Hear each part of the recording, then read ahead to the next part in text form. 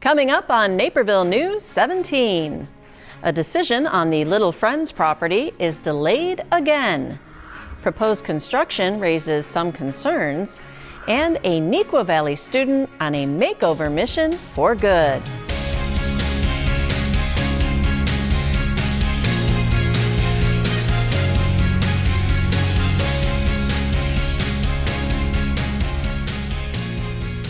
Hello everyone, I'm Kim Pierce. Thanks for joining us for this week's Naperville News. A decision on whether to rezone Little Friends property for a purchase by North Central College was pushed back again. Naperville News 17's Casey Krajewski has more. At the request of North Central College, Naperville City Council tabled a decision on whether to rezone property owned by Little Friends. NCC wants to buy the property, which sits in Naperville's historic district at 140 North Wright Street, and build a facility for graduate health sciences. That would require the rezoning of the land to a college-university zoning, which needs council approval. The college's president, Troy Hammond, said all the buildings on the site will need to be demolished for their plans, including the historic Peter Kraler building. Through our due diligence process, the facilities on the Little Friends property will not serve any future institutional use and must be removed for the college to be able to utilize the property. To commemorate Peter Kraler, the college intends to display and/or utilize certain artifacts from the Kraler House. The Kraler House was built in 1909 by Peter Kraler, who served as a two-term mayor and operated the Kraler Manufacturing Company in Naperville. One speaker argued that Naperville may not have grown into the city it is today without Kraler, and believes the building deserves to be saved. A man who has that much influence over the history of this town should be recognized. And that legacy means that his house is probably the most historically significant building in the whole district. Others felt the land should be rezoned to allow Little Friends to grow in their mission to serve those with autism and other developmental disabilities. We are a very big fan of Little Friends and what they do. They do God's work. We're very happy with them as a neighbor. That may not seem like it's important moving forward, but without Little Friends having the ability to move forward, they may have to stay in a location that over time they may not be able to afford to maintain and keep. If the property is rezoned and the sale goes through, Little Friends intends to move to a larger facility in Warrenville. The discussion will return to council chambers on July 16th, which will allow the college to compile more information on their plans for the site. A separate action taken by council will require organizations to submit an independent structural analysis for buildings in the historic district. That would be considered by the Historic Preservation Commission when deciding whether to allow the structures to be demolished.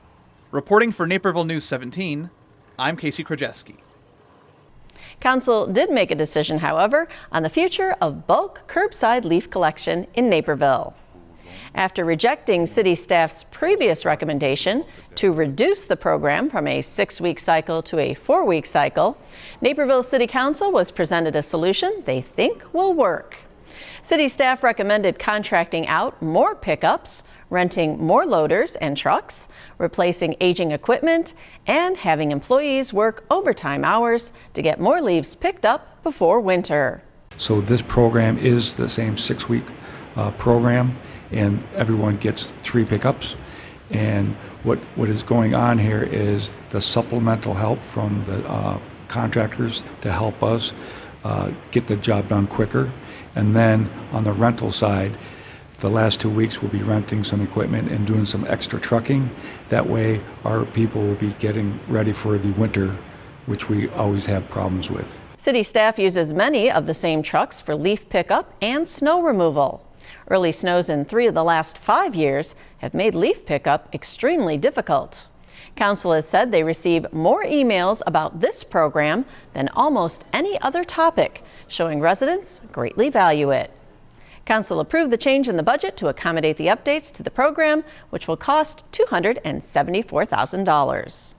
The Naperville Park District celebrated the start of construction for a major new addition to Southwest Naperville. A little drizzle didn't dampen the enthusiasm of those gathered at the groundbreaking of Wolf's Crossing Community Park. Officials from the city, park district, and state legislature were on site to commemorate the occasion. The 33-acre park in southwest Naperville will sit just south of Wolf's Crossing Road and Trumpet Avenue. Amenities will include 1.4 miles of trails, a splash pad, several athletic fields, and Naperville's first challenge course for aspiring ninjas in the community. The park was named after the Wolf family, who settled in the 1840s. The Park District issued $11 million in bonds to help fund the project, which is also partially funded by a grant from the Illinois Department of Natural Resources. Construction on Phase 1 is scheduled for completion in the summer of 2020. The third and final phase of the Main Street Promenade gets no recommendation to Naperville City Council. Naperville News 17's Christine Lena tells us more. After sitting vacant for 11 years, the .83-acre lot on the corner of Main Street and Benton Avenue is a little bit closer to being filled. Owner Retail Properties of America recently brought their plans to the Planning and Zoning Commission for a 5-story, 14,200 square foot mixed-use building. It would include a first floor for retail and 4 floors with 72 luxury apartment units. Currently, the plan shows 32 one-bedroom units, 36 two-bedroom units, 4 three-bedroom units for an average unit size of about 1,073 square feet. A fitness area, swimming pool, courtyard, and an internal deck would be included amenities. However, neighbors from the Benton Terrace condos discussed their concerns with the size and density of the 59-foot-tall development, as well as its setback from their building. I don't understand why we would, when the code says 2.5, that we would accept 3.1 in Naperville. That's a 24% increase in density. It makes absolutely no sense to me. We'd be 20 feet away from a building where we were 80 feet away. Some also voiced concerns with the petitioner's request for a parking deviation to allow 120 spots and 8 guest spaces, which is less than the required city ordinance of 144 spots and 18 guest spaces for its size. City staff recommended approving the proposal, seeing it is consistent with downtown's 2030 plan. But the commission made a split 4-4 vote, giving no recommendation on the development as it heads to City Council. Reporting for Naperville News 17, I'm Christine Lena. RPAI also developed the original Main Street Promenade in the mid-2000s, along with its Phase 2 in 2012. After the break, find out what helps the Riverwalk ride out the floods. Give the gift of downtown Naperville. Treat someone special to a great shopping, dining, or spa experience with Downtown Naperville gift cards. Good at more than 150 businesses. Purchase them at 4 convenient locations or online and have them mailed directly to the lucky recipients. Best of all, there's no purchasing fee. Just choose an amount and send. It's that easy. The perfect gift for anyone at any time. NCTV17.com is the best place for you to stay up to date on your neighborhood happenings. Get your local news and sports all on the go by signing up for our daily news update. Naperville Community Television, keeping you informed. A potential development along Washington Street has some residents concerned about the future of their neighborhood. Our own Christine Lena shares the details. 1001 South Washington Street was once a PNC bank, but after being torn down in March has sat vacant waiting for a new use. Developer Tartan Realty decided the 3.5-acre lot could use an upgrade with a stylish convenience shopping and office center. Really is designed, in our opinion, so the neighbors and the neighborhood can utilize it by walking to it, getting a coffee, having community space, having a place to go work out, possible offices for a dentist's office or a doctor's office, so it would be a convenience within a few blocks of everyone's houses. Tartan's design features complimentary landscaping, ample sidewalk access, 2 retail office spaces, and a 2,400 square foot coffee shop with a drive-through. Out of the 3 buildings, only one of them is going to have a drive-through for that potential coffee house, and it makes the most sense that that's drawn as close to the corner of Gardner and Washington as possible. In order to get off the ground, the project requires rezoning from its current OCI, Office Commercial Industrial zoning, to a B1 commercial zoning. So the B1 is a neighborhood commercial zoning. It's intended for smaller lot commercial developments, and it allows things like office uses, small food establishments, small retail establishments, things like that. But the rezoning prompted some concerns with neighbors who live adjacent to the property on Sycamore. They're worried about potential safety issues with the project's third entrance point located on their residential road.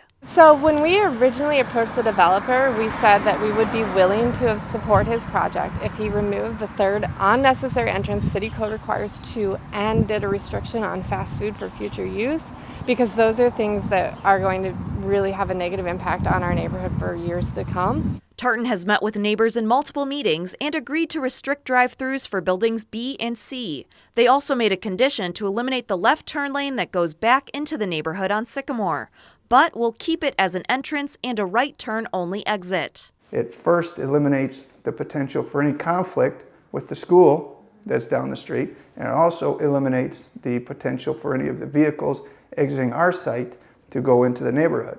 Yet, the Zeliaks still find issue with this choice for the Sycamore entrance, which lies directly across from their driveway. Currently, the developer's indicated he's not willing to compromise on our major concerns, the biggest being the access on Sycamore.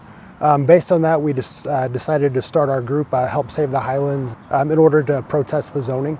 HelpSaveTheHighlands.com has a petition that's garnered 300 signatures in protest of the project's current design. The public will get a chance to speak about the development when it's formally presented to the Planning and Zoning Commission on July 17th. Reporting for Naperville News 17, I'm Christine Lena. You can learn more about Tartan's development at shopsonwashington.com. With a particularly wet spring, flower season was more like shower season. Naperville News 17's Christian Kenizal tells us how the Riverwalk battled and prevailed against storm waters. It was a record-setting spring as Naperville saw its most rain ever in the month of May.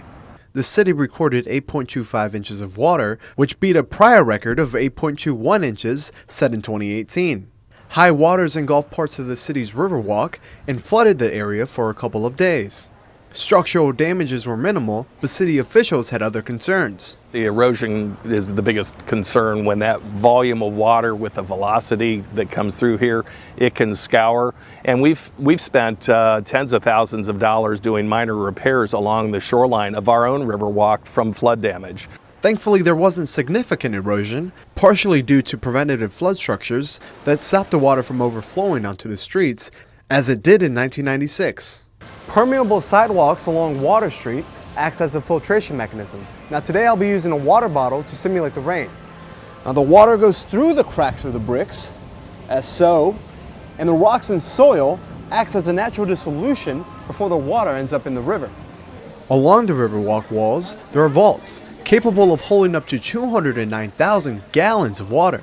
There are several of these little window wells, if you want to call them, that are located along this vault that let the water back into the vault during the high flow events, and then when the river goes down, it'll spill out of these and then out of the pipe and back into the river. The vaults have no bottoms, so the water naturally percolates onto the ground. These recent measures were taken to avoid damages to nearby businesses and homes, and it also allowed for the Riverwalk to live on. For Naperville News 17, I'm Christian Kenizal. And a fun fact, the lamp posts in the lower Riverwalk were strategically placed to be clear of high floodwaters. The city is making major updates to its comprehensive master plan for the first time in years.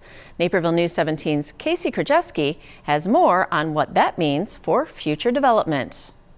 The city of Naperville drafted its first comprehensive master plan in 1960. Though there have been minor changes over the years, the last major updates were made in the 1990s. The city has done a good job, I think, of small area planning, and as issues arise in specific geographic areas, tackling those areas specifically. Holistically, though, looking at the entire city, I guess you could say this is long overdue. But what exactly is the master plan used for? So the comprehensive plan is a guide for development. It is what we look at to determine when a development application comes in if it would be appropriate for an area in the city. So it's really our sort of first look to see what should or should not be supported when a petition is submitted. The city has hired Levine's consulting firm, Halcyon Levine Associates, to update the plan for the future. Their first move was to gather resident input on what they see as major issues in the city. They hosted workshops at the Municipal Center and the 95th Street Library to give residents the chance to speak up. I think it's a good first step. It's good to understand what the residents are interested in and what the residents care about. Residents suggested dozens of issues to address, such as affordable housing, traffic, and making Naperville a smart city. Levine said that info will help guide the discussion as the comprehensive master plan is rewritten over the next several months. We need to hear from the residents of the community, the business owners of the community stakeholders, all the facility providers. We need to find out what their priorities are. And our job is to sit and to listen and then to articulate the right vision for the city. Reporting for Naperville News 17, I'm Casey Krajewski. If you were unable to attend the workshop, you can still participate by filling out a questionnaire on the city's website or picking up a DIY kit at the Municipal Center to host your own workshop. Coming up, an iconic car drives the success of a Naperville North alum. We live in a safe community, but not a crime-free community. If you see something, say something. Be a Naperville Crime Stopper.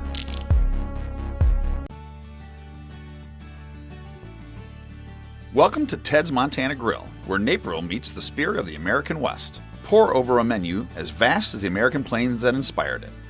The foundation of their menu is bison. Whether you try a signature burger or a perfectly grilled bison steak, you'll wonder where this meat has been all of your life. Not only does Ted's deliver on the food, they deliver on hospitality too.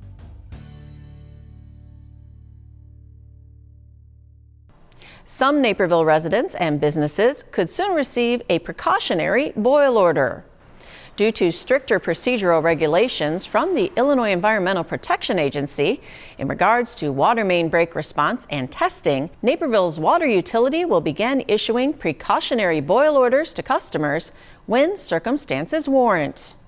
These boil orders will inform customers if there has been a situation. I really want to stress the word precautionary, because what this essentially means is we have done something, or there has been some impact to the water system that has essentially made it more susceptible to contaminants. Those in impacted areas will be asked to take precautions, stopping the use of tap water for activities like brushing teeth, washing produce, cooking, or drinking. Bottled water or tap water boiled for 5 minutes should be used instead. The city will notify those impacted through an orange envelope at their front door containing all the pertinent information, as well as at a secondary prominent location on the home. It's important to note that precautionary boil orders do not mean water has tested positive for contamination. It just means further testing of the water will take place. Green door tags will be issued once the water is deemed safe from any contaminants. District 203 has adopted its 2019-2020 budget. At the board's latest meeting, the group approved a budget of $290.8 million in revenue and $282.9 million in expenditures. There was a reduction of $400,000 in expenditures from the tentative version presented in May, which were removed due to being one-time items carried over from last year's budget. And $52,290 of that budget will be going toward a new way the community can engage with the district online. Let's Talk is a secure cloud-based platform that will be installed on 203's website to allow parents, students, and community members to ask the district questions, voice their concerns, and provide comments with just one click. I think it's going to hone our communications outward, because we'll see what people are asking, what kind of questions, where are we maybe missing the mark on our communications, where we can enhance that. This will enhance the current TIP 203 reporting system for bullying and threats, and comes after the purchase of the Remind services from last month, a secure way for employees to communicate with students. Let's Talk will be available on the district website and on the desktops of all student Chromebooks. You'll be able to find Let's Talk up and running on the District 203 website in just a few months. A Naperville North grad used a famous time-traveling machine from 1985 to help shape his own future. Naperville News 17's Christian Kenazal shares his story. Naperville native Tamir Adone's story has come full circle. At the age of 5, he saw Back to the Future at the Tivoli and found inspiration in a time-traveling car. And I just knew that I was going to have one of these cars one day. I didn't know at that point that I was going to be obsessed with the car and the company and the man and making a movie, but I knew it was going to be a special part of my life, and it has definitely opened up doors in ways that I never could have imagined. And now, 30 plus years later, he's at the Downers Grove movie theater for a special screening of his film about the DeLorean. With popcorn in hand, moviegoers saw the fragment of John DeLorean. The film took the audience on a roller coaster journey of the car's creation. A number of people have been wanting to do a movie of my life. For Odone, the Gullwing car has propelled his career. Currently, he's in charge of producing documentary films for a production company in LA. But bringing his movie back home was a special moment for the filmmaker. And having, family and friends, and my second grade teacher from elementary school who I asked to marry me when I was a little kid, that is all super special because I think for a lot of these people, they've seen my obsession over the last 20, 30 years, and now they kind of see it culminated on screen. The night ended with a Q&A and, of course, a round of applause. For Naperville News 17, I'm Christian Kennedy. And Odone says he has a couple more documentaries in the works. A Naperville family has remade their entire home to allow their son to live his best life. Our own Casey Krajewski catches us up with the Copels. It's a time for moving at the Copel house. Matt and Joanne Copel recently moved to a new home. They now live in the extension they built in their own backyard. Their son Luke, who has a developmental disability, moved an even shorter distance just down the hall. And 3 other boys with disabilities have joined him, giving them the chance to be more independent without being completely cut off from Matt and Joanne's supervision.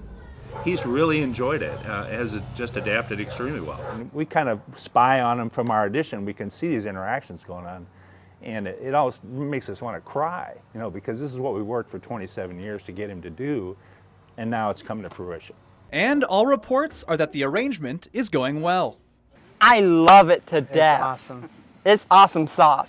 It got everything a disabled person needs. The boys share their space with 24-hour support from nurses at the Ray Graham Association, which has been instrumental in making the setup successful. I think it speaks to everything we do at Ray Graham. We have a person-centered approach to what we do. So each individual that's in part of our organization and part of our care, we sit down and put together a plan for each of them as how they can live their best life. I'm so happy I don't know what to do or say right now. It's also strengthening Luke's relationship with his parents. Because I don't see Luke every day now intentionally, the times that I do see him, our time is more special now. He's ready for me, I'm ready for him, and we can have that special time together. A truly moving experience for all. For Naperville News 17, I'm Casey Krajewski. The Copels are hoping to host a ribbon cutting at some point this year to celebrate the setup and thank all the organizations that contributed. Up next, 2 trophies are better than 1 when it comes to soccer and Naperville North. In Naperville, we know that community counts. In fact, it's in our name. As Naperville Community Television, we have the privilege of showcasing what makes this award-winning city a wonderful place to raise a family, to make a living, and to enjoy life's journey. So watch Naperville Community Television on air, online, and on social media.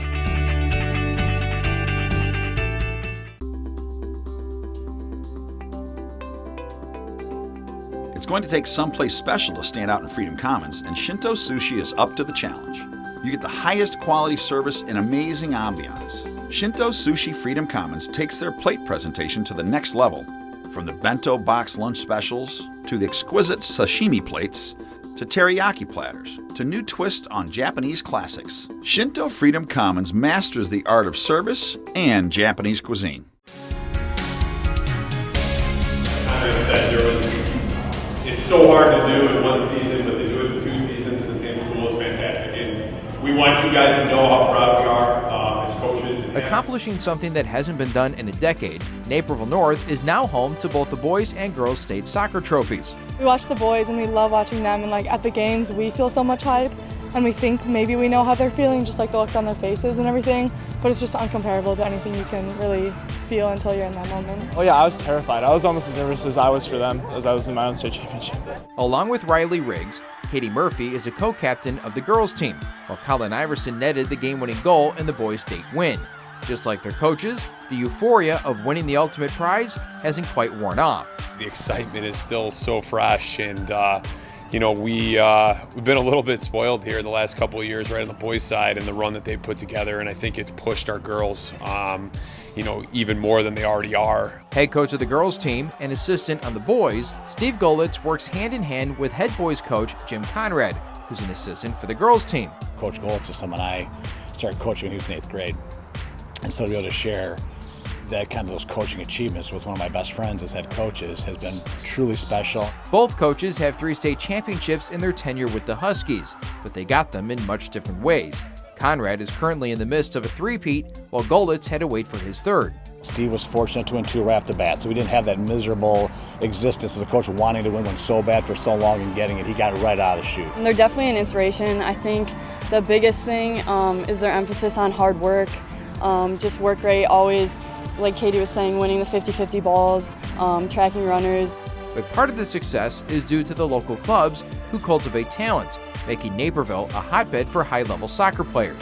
We have so many great clubs in this area, right, that these kids are playing 9 months a year when they're not with us. And then, you know, I think the relationships between, you know, each other within the community and growing up and playing against each other, you know, our games against Nequa and Waubonsie and Naperville Central and Bennett, and, I mean, they're such high-level games because the kids want to beat each other so bad because obviously they've grown up playing with each other. That's best personified by Maddie Schlecht, who after 3 years of club played her senior year for the Huskies and won the state title game in PKs. Obviously, the western suburbs are blessed with a number of great club programs. You know, and some clubs take kids away from high school, and there's other clubs around here that truly support what we have doing. For his superb play, Iverson was recently named Illinois Gatorade Player of the Year, following in the footsteps of teammates Chris Sullivan and Tommy Welch, who won the prior 2 seasons. But for him, it's the ability to revel in the camaraderie with the girls' team that is more special. It was so awesome. It was so funny because I could relate to literally everything that they were doing or saying during the game, and it made it just so much more enjoyable to watch. Especially with the girls this year, like, you just can't compare it to anything else. It's just so cool to share it with them. They'll share the trophies, the custom-made t-shirts designed by the coaching staff, and best of all, the memories of conquering high school soccer together. Something few can say. Reporting for Naperville News 17, I'm Kevin Jackman. And if you have an idea for a sports story feature we should know about, you can send it in at newstips@nctv17.com. Special Spaces and students from Nequa Valley teamed up for 2 special room makeovers. Our own Christian Kenazal has the reveal. Whoa. Oh my God. That's awesome. Jaw drops and looks of amazement fill the faces of everyone inside Megan Sporney's newly designed bedroom. A swing, makeup station were all a part of the bohemian theme room. And it had special meaning for Megan, who was diagnosed with brain cancer last fall. It's an amazing feeling to feel like everyone being able to support me through everything that I've gone through, and I haven't even known them, and have them be able to do this for me. It's just truly an amazing feeling. And Megan is still battling. She's in the 4th of 6 chemo cycles. Megan's room was revamped in just 1 day by Special Spaces, a nonprofit who supports kids who have cancer by decorating the room. We're really proud in Illinois. We say yes to every child who applies. Anybody who's ages 3 to 19 and has cancer that lives in one of our counties, we say yes to. And Megan's room wasn't the only one that got a refresh, as her brother Andrew also received a room makeover. Continental Motors of Naperville and Nequa Valley Special Spaces Group each contributed $2,000 needed for the rooms. Leading the Wildcat Group was Stephen Matusik, who was inspired after his brother Sam, who has special needs, got a special room of his own in 2016.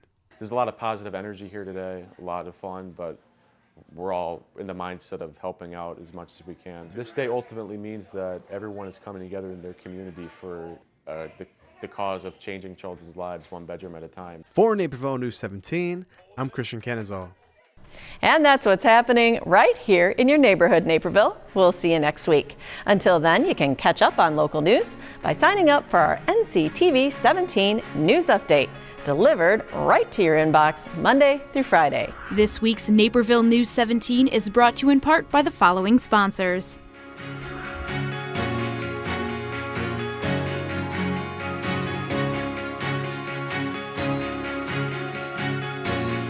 This program is partially funded by a grant from the City of Naperville.